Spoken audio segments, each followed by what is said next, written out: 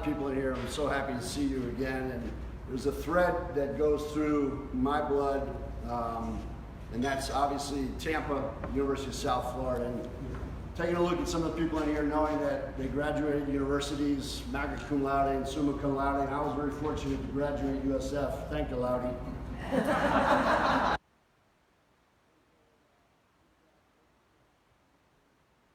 American politics and stuff, law and public administration, and ended up as a softball coach. So I don't know, when you talk to young people, one plan, because the road of life obviously has enough to get recruited by some basketball programs as a young player up north, and then some regional teams up in the Northeast. I'm from Stony Brook, Long Island originally. When I came down here for my visit, Robin Roberts was the head coach at USF, the baseball program. He wasn't a stupid man by any stretch of the imagination. When I got off the airplane, we did not go left and north to the campus. We went right to the beach in Clearwater. And as a 17, 18-year-old that sees the first bikini, I'm not going to lie to you. Off of frozen tundra, it's like, this might not be a bad place. And then I met a professor by the name of Harry Vanden, who was very, very influential in my life in respect of opening up my eyes to the world. The avenues that those things opened up for me through baseball and through softball and through my relationships with my professors was being part of the first athletic team in 30 years, in 1988, to go compete in Cuba. And everybody thinks it was baseball, but it was actually fast pitch softball. And we went to Havana under the darkness of night, opened up its lights, and we landed at 2 a.m. and then promptly took a 6-hour bus ride into the middle of Cuba to a town called Sancti Spiritus, and we played 2 hours later and got slaughtered because we were exhausted. Okay? And the next day we come back and we win 2 games, and then we were told in the last game not to win that game because we were trying to open up the doors with a friendly country for the Pan Am Games in '91, which I participated in also. So the game of baseball has its roots in my heart back from the New York Mets, the New York Yankees. Okay, my family was Brooklyn Dodgers all the way. And then when I got down to Tampa, I started to find out that the history of baseball was really embedded in Tampa, from Al Lopez on, and to understand those things. And I don't know if a lot of history is ever to young guys and gals about bat and ball game and how it threads through the community, but it was huge here. And I really bought into it, and I was very fortunate to meet people like Lalo Prado when I was playing that introduced me to West Tampa and the family was there, and then be part of the community. So since 1979, Tampa has been my home. My university is in my heart completely. It always has been. Very rare that you find a coach that stays in one place. And how about a coach that stays in one place since going to school there, going to graduate school there, an assistant coach there, and then remaining as a head coach. So the influences of the people that I met here obviously were pretty strong and pretty good. So that brings me up to why I'm standing, and for no other reason than to be able to have to get in front of people and tell my story, or tell the story of what success has come from. And it's not really my story, it's actually the story of all the people that I've been involved with, and the great coaches that I learned from, and the great players that I learned from. And the one thing that we understand now today, which is relevant to those challenges, is the question becomes is what is hard?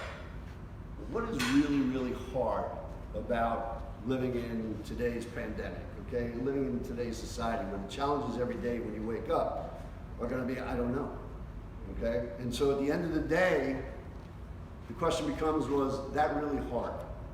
Well, in 2003, I was very fortunate to be in Chula Vista, California, when we, as the United States national team, were preparing for the Olympics in 2004 in Athens. And we had a special trip arranged by our sports psychologist, Jim Bauman, who's still at the University of Washington right now. And Jim wanted to show this team that the challenges of the Olympics were nothing compared to the challenges of real life. And so being in Chula Vista, you're only probably 25 miles from Coronado, San Diego. And if anybody knows anything about Coronado, San Diego, it's the home of the Navy SEALs. And so we understand that nowadays you see a lot of like, okay, that college team went through Navy SEALs training. It's not quite the same as going to Coronado. And that's where your Navy SEALs training actually comes into. You are actually participating with what they call the green shirts, the guys that are there for the first time trying to make it through the first couple of weeks of training.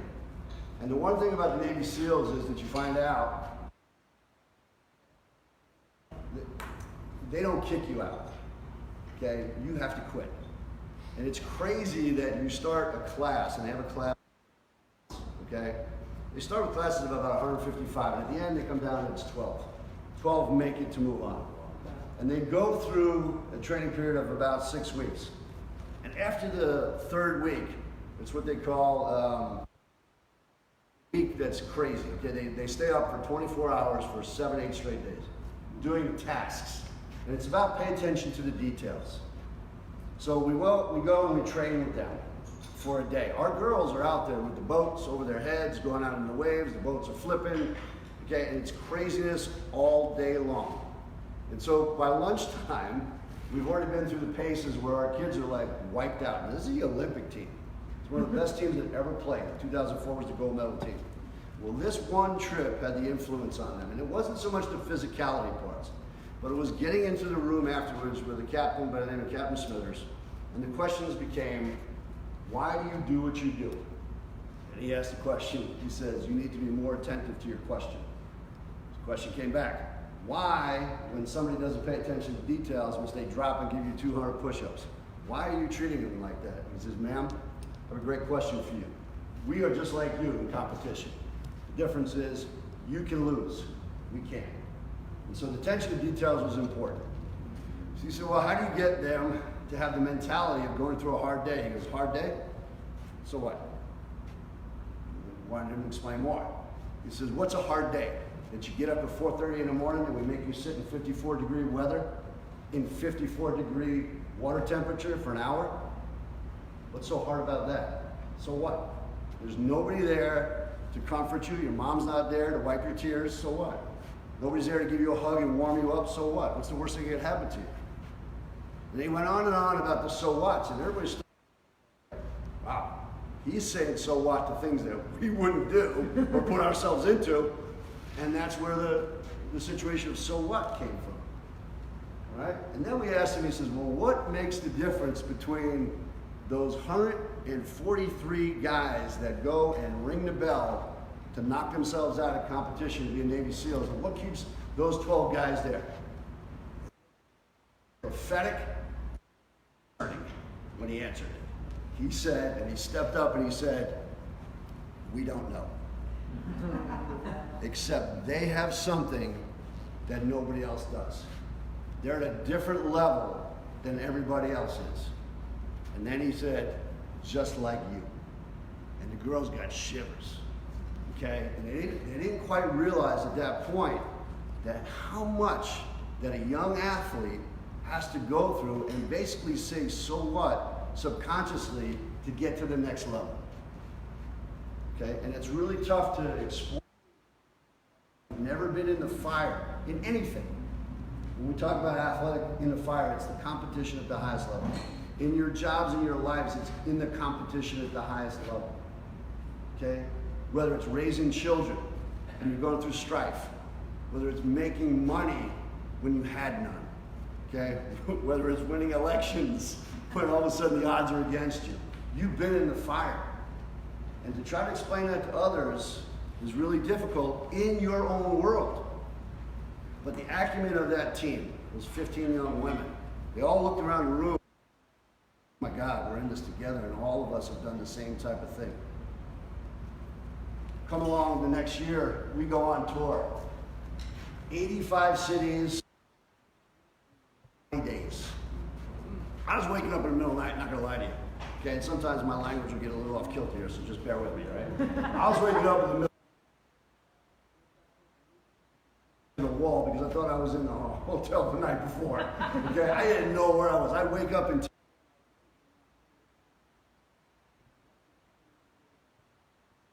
we were very, very successful, and it was hard work every single day.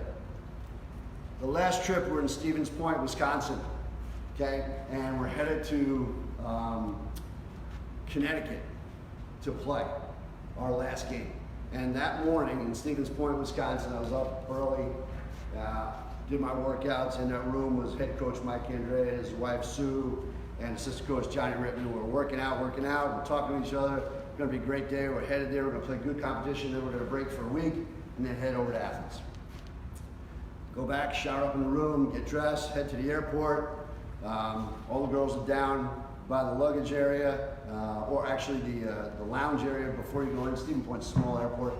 And Mike and I are finishing up with our director of operations, the ticketing and the baggage, the whole deal. Somebody comes running down. Mike, Sue is down. So, I got you. So Mike runs over there, I run over there, and Sue is on the ground. And had a brain hemorrhage. Burst right there in front of the entire team. They get the ambulances, they get her in. Mike's gonna stay, John and I are gonna take the team to Connecticut. And all the way through, we're on the phone, we're finding out what's going on. And for the next 24 hours, it was up and down. She's coming out, she's not doing good, coming out, not doing well. We go out and we play against the Connecticut team that day, Ray Bestis Breakettes. It's the best softball we played the entire summer. And right at the end of the game, national team director comes over and says, Kenny, you gotta tell the team Sue didn't make it. That's tough. That was really tough. Because Sue was with us the entire time. Traveling to Italy with us, traveling to the United States. She was like the team mom. Didn't make it. So we fly to Tucson, Arizona. And then all of a sudden, so what became who cares? And that's tough. It's tough. It's tough because that team was so tight that it was 15, like, the Olympics don't really mean that much to us. That's our family member. And so we go to Athens and Mike is still back in the United States. And we go over there, we're practicing, but it's still like, I'm not trying to do anything that was unrealistic by saying, hey, don't worry about it. That would be unfair. It's not human. You have to address these type of situations, just like athletes address stress. They don't run from stress, but you have to look at it head on. But it's still such an emotional time. And it's really tough for people that are really, really close to throw up the white flag because they're invested in people's lives and what they do. 3 days go by and we're just kind of going through the motions, doing well, but it's not there. And Mike flies back over. I'll never forget him coming over the ledge of the field we're at the college university in Greece. And he brings the team together and everybody's hugging him and this and that. And he said, you don't play for me, you play for the United States of America. Everybody's tears in the eyes. See, he repeated it. You don't play for me, you don't play for Sue, you play for the United States of America. And we have to get back to, and he knew it, we have to get back to so what, but so what with a memory. That was a great point. Don't run from your hardships. Keep those as experiences and use those as motivations. And he implored and asked every one of our kids to dig deep in themselves and use whatever motivation a family could use to stay together. And at the end of it, nobody has to know about this except us. And that's when we started what was called the USA Cocoon. The family's the family. Stay within it, and we'll all look at each other and know what we're doing. The most dominating performance of any Olympic team that's ever played, including the dream team of basketball. We gave up 1 run in 8 games. Wow. Wow. We dominated so well after 2008, and they had to wait till this year to go back in. Okay? But that team came together and used the so what mentality to get to the next day. Every single day. How hard is it? Last part of the story is kind of humorous. I'm going to give it to you. I had just spent 6-7 years away from my 2 daughters. One was born in '96, so in 2004 she's 8 years old, and the other one was born in 2000, and she was 4. And I hadn't really been around too much. Matter of fact, the first year that My youngest was born. I came back from being on the road for about 3 months, and she didn't know who I was. I was like, oh, we got to change something here, right? And so they were coming more trips with me, but right at this point, I'm decided that I have to take a break and be with them during some really formative years of their life. Well, anyway, we were on the airplane on the way back, and the team was celebrating this and that, but the coaching staff was exhausted. Obviously, emotionally, the whole thing was really tough to explain it after something like that. When the game is over, and you've probably heard of some coaches in football and that's when the game is over, it's over. The journey and the climb is exciting, but game's over. Won the gold medal. All right, gold medal. Man, I'm dead. So all the coaches, we flew out early. The team stayed, celebrated. We're in the closing ceremonies. We're on the airplane. You know when you take off an airplane, you're so exhausted sometimes that you just like crash. And I woke up and I was shaking, and I had tears in my eyes. It didn't really hit you until after the fact that you just won the gold medal. You're the best team in the world. It can't get any better. So I look up, and here comes Mike down the aisle. He's got tears in his eyes, and he's shaking. He goes, "That was incredible, huh?" I go, "Yeah." He goes, "You ready to do it again?" This is a crazy man, okay? This is a guy that this is his life, okay? And I look at him and go, "Mike, are you out of your mind? You're the best coach in the world. You get any job you want." He goes, "Did we give up one run?" I go, "Yeah." He goes, "We can be better." So that's the type of people in the high cross that, how hard is it? How hard is it to wear a mask? How hard is it to do the things that we have to do to try to get society best? Okay, and that's the message for today, right? But in your own lives, how hard is it? And there's gonna be tragedies, and we got it. But guess what? It's your job to get up the next day and be productive for society. Do the things that you have to do right for your families and the community. And that's what I try to impress upon our young people. So that's my message for you today. I appreciate you having me. Once again, it's so good to see everybody here, friends, family. And,